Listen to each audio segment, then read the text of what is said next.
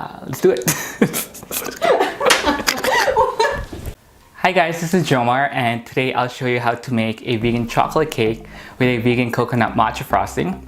It's my favorite cake flavor and it's really easy and simple to make. So let's get started. So first things first, let's make the coconut matcha frosting. So for the frosting, you'll need a can of coconut milk and a liter of coconut milk. And you'll want to put this in the fridge about a day in advance before you want to make the frosting. So what this does is it separates the cream from the water and you can drain the water out, which is what we'll do right now. So with the can of coconut milk, if you put it in the fridge like this, you need to invert it upside down and open it from the bottom. So you see that there's a lot of liquid at top. You're gonna wanna drain this and put it in your mixing bowl. And for the liter of coconut milk, you're just gonna wanna open that and put about half of it in your mixing bowl. You'll see that the cream will start to separate from the liquid. That should be fine. It's better for us. For the mixing bowl and the whisk, I also put that in the fridge about 10 minutes before I start the frosting. So once you have all the coconut cream in the mixing bowl, you're just gonna wanna whisk it and just mix it on medium to high speed. So once you've mixed it for a little bit, you're gonna wanna add some icing sugar. I start with 2 tablespoons of this, and I'll taste afterwards as I go along.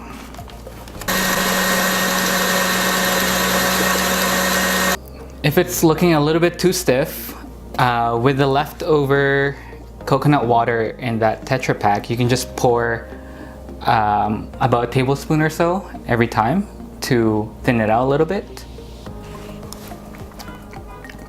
Now if you like the taste of coconut, you can just leave it like this, but I'm extra and fancy, so I put a little bit of pure vanilla extract in mine.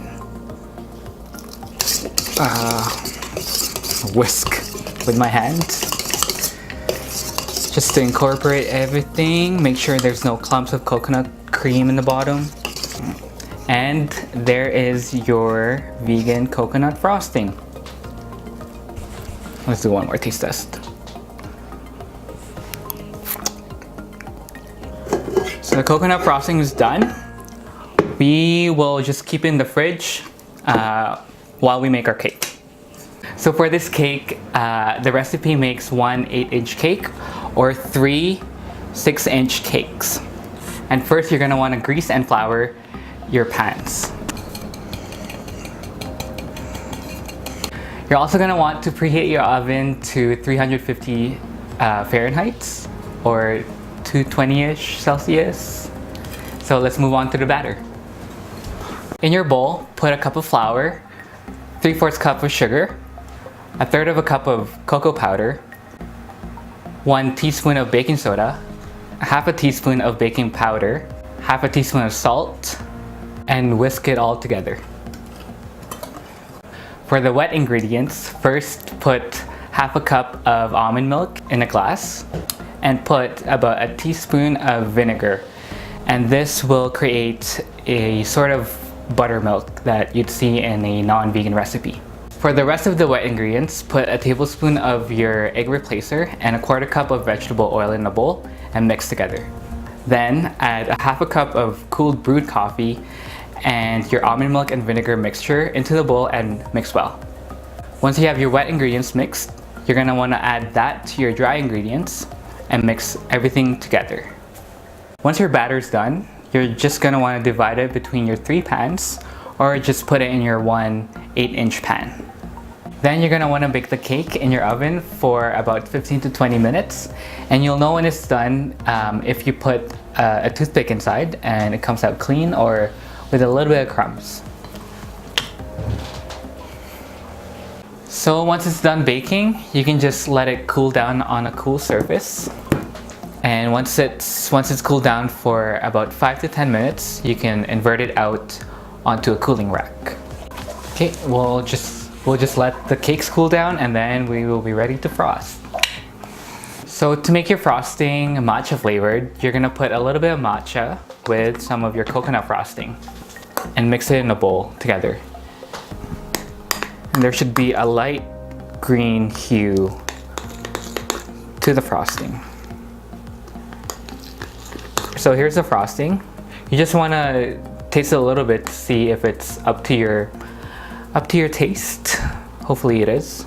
I'm just gonna use my pinky. I'm gonna add a little bit more matcha because I like mine really dark and bitter. Okay, let's taste it one more time. Different finger now. And the frosting is ready. All right, let's assemble the cake. So here I have a cake stand and I have a marble turntable because I'm fancy. First, I put this stopper as a grip between my cake board and the cake stand, and that will help the cake board not move. So first, put a layer of the cake in the bottom, right, like that, and put some of their matcha coconut frosting on top. Then put your second layer of chocolate cake on top. Then put more of that matcha frosting on top.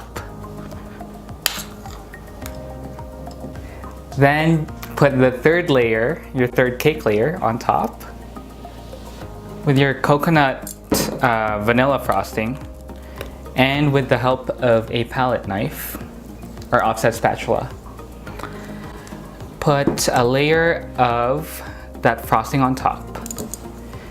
So my technique for frosting this is, like on the sides especially, I kind of swerve the palette knife back and forth to smooth out any gaps in the frosting. So you can leave the cake by itself just like that and eat it. But if you want to be a little bit more extra, we can color it and make it fancier looking. I'm gonna put dabs of the pink frosting on the side of the cake, just small dabs like that. And if you have any more of the matcha frosting, you could use that too. Again, with your palette knife, just smooth everything out with one fell swoop. And it just spreads around the frosting like that. There it is. We'll do a bit more finishing touches and then we'll be done. So here I have 2 bowls of frosting. One is my matcha frosting, which is green, and then the other is more of that pink frosting that we used earlier. And we're just gonna use this to do some star drops on top of the cake. So with your matcha frosting, you can just gonna wanna do drops on the cake. So squeeze and then pull. And then alternate that with the pink frosting.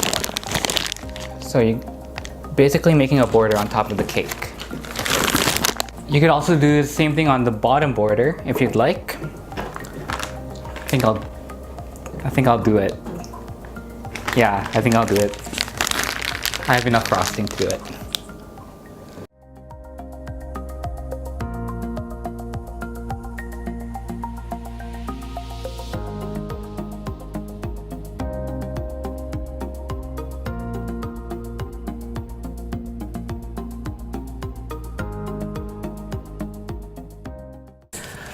Here is a finished product.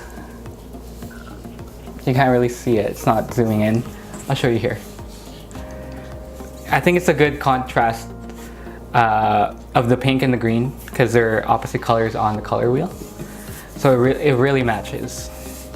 And it should taste as good, if not better, than it looks. And let's cut the cake.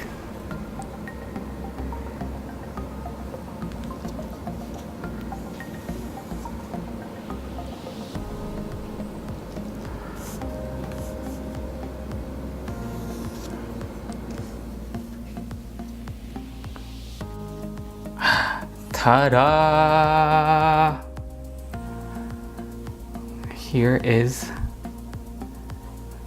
the chocolate, matcha, and coconut vegan cake. Oh my gosh. Okay, right. Let's give it a taste.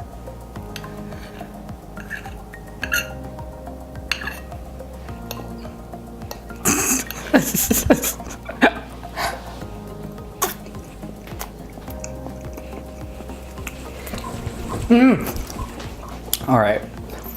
So the cake is super moist and really soft, and it goes along really well with that coconut matcha. Together, it's not too sweet, and really good. So the recipe for this cake will be on my blog linked below. And if you like recipe videos like this, subscribe to my channel, follow me on Instagram, and see you guys later. Bye!